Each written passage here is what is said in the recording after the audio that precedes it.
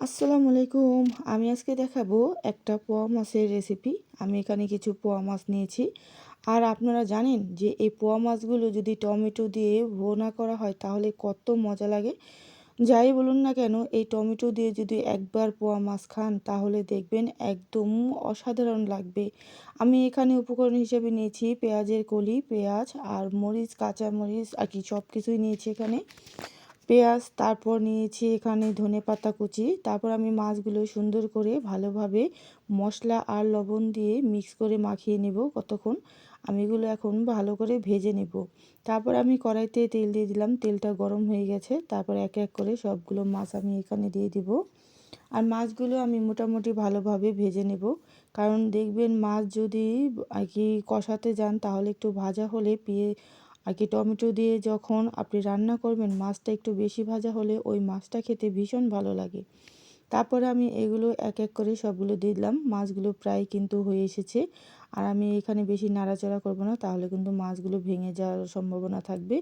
আস্তে আস্তে আমি এগুলো সবগুলো একটু ভেজে নেব। আর এই শীতের মৌসুমে কিন্তু টমেটো দিয়ে যদি আপনি মাছ রান্না করেন তাহলে দেখবেন খুবই ভালো লাগবে। তারপর আমি মাছগুলো নামিয়ে নিয়েছি। তারপর এখানে দেখতে পাচ্ছেন যে আমি তেল দিয়ে আমি সবগুলো একসাথে ভালো করে তেলে ভেজে নেব। আমি কিন্তু মশলাটা আগে দেইনি, কারণ প্রথমে আমি এগুলো সব কিছু একসাথে ভালো করে একটু তেলে ভেজে নেব। তারপর দিয়ে দিলাম লবণ, স্বাদ মতো লবণটা আপনি দিয়ে নেবেন। তারপর এগুলো আমি হালকা হালকাভাবে অল্প অল্প করে ভেজে নেব। তারপর এক এক করে ভাজা হলে আমি মশলাটা অ্যাড করব। তারপর আমি দিয়ে দিব, একটু নরম হয়ে গেছে, তারপর আদা বাটা দিয়ে দিব। আর যতক্ষণ না পর্যন্ত এটা ভালো করে ভাজা হয় ততক্ষণ পর্যন্ত মশলাটা অ্যাড করবেন না, তাহলে দেখবেন এই রান্নাটা আরও বেশি স্বাদ হবে। তারপর আমি মশলা সব দিয়ে দিলাম মিক্স করা, মরিচের গুঁড়ো, ধনে গুঁড়ো, তারপর হলুদের গুঁড়ো, এগুলো দিয়ে ভালোভাবে একটু মশলাটা আমি কষিয়ে নেব। আর দেখবেন কোনো তরকারি রান্না করতে গেলেও মশলাটা কষানোই হলো মেন। তারপর আমি অল্প একটু পরিমাণে পানি দিয়ে দিলাম এখানে। পানি দিয়ে আমি মশলাটা কষিয়ে নেব। আর এখানে কিন্তু আমি একদম পরিমাণ মতো হলুদ দিয়েছি। আপনারা যদি হলুদের পরিমাণটা বেশি খান তাহলে একটু বেশিও দিতে পারেন। আর মোটামুটি হলুদটা দেওয়াই ভালো, তরকারির কালারটা সুন্দর আসে আর শরীর স্বাস্থ্যের জন্য খুবই উপকার হয়ে থাকে। তারপরে যতক্ষণ না পর্যন্ত এটা কষানো হয়ে যাচ্ছে ততক্ষণ একটু ওয়েট করব। তারপর আমি আরেকটু ভালোভাবে কষানো হয়ে গেলে একটু পানি দিয়ে দিলাম। আর এখানে আমি পানি দেব না, যখন বলক চলে আসবে তখন আমি মাছ ভেজে রাখা ওগুলো আমি দিয়ে দিব। সবগুলো মাছ আমি এখানে দিয়ে দিলাম ভাজা। তারপর আমি হালকাভাবে একটু নেড়ে চেড়ে নেব।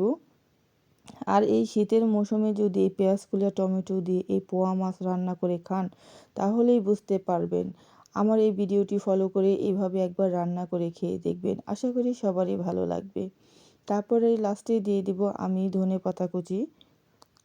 ধনেপাতাটা আগে দিলাম না, কারণ তরকারি নামানোর আগে ধনেপাতাটা দিলে সবচাইতে বেশি একটা ফ্লেভার থাকে। তারপর যখন এই ঝোলটা একটু শুকনো শুকনো হয়ে যাবে ততক্ষণই আমি এটা দিব, ততক্ষণ একটু ওয়েট করব। আর এই শীতের মৌসুমে দেখবেন যদি ধনেপাতাটা না দিই তাহলে কিন্তু তরকারির স্বাদ গন্ধ অন্যরকম লাগে, মনে হয় না তরকারি একটা রুচি আছে। তারপর আমি ধনেপাতা কুচিগুলো দিয়ে দিলাম। তারপর একটু হালকাভাবে নেড়েচেড়ে কিছুক্ষণ বসিয়ে রাখবো। তারপর আমি এই তরকারিটা নামিয়ে নেব। আর আমি এখানে ঝোল রাখবো না, একদম শুকনো করে নেব মোটামুটি করে। আর ঝোল রাখলে দেখবেন তরকারিটা কিন্তু খেতে বেশি ভালো লাগবে না। তারপর আমি এভাবে একটু শুকনো শুকনো করে নেব।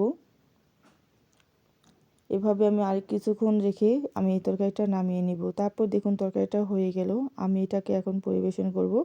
তারপর আমি বাটিতে নামিয়ে নিলাম। দেখুন মাশাআল্লাহ কালারটা কিন্তু খুবই ভালো হয়েছে।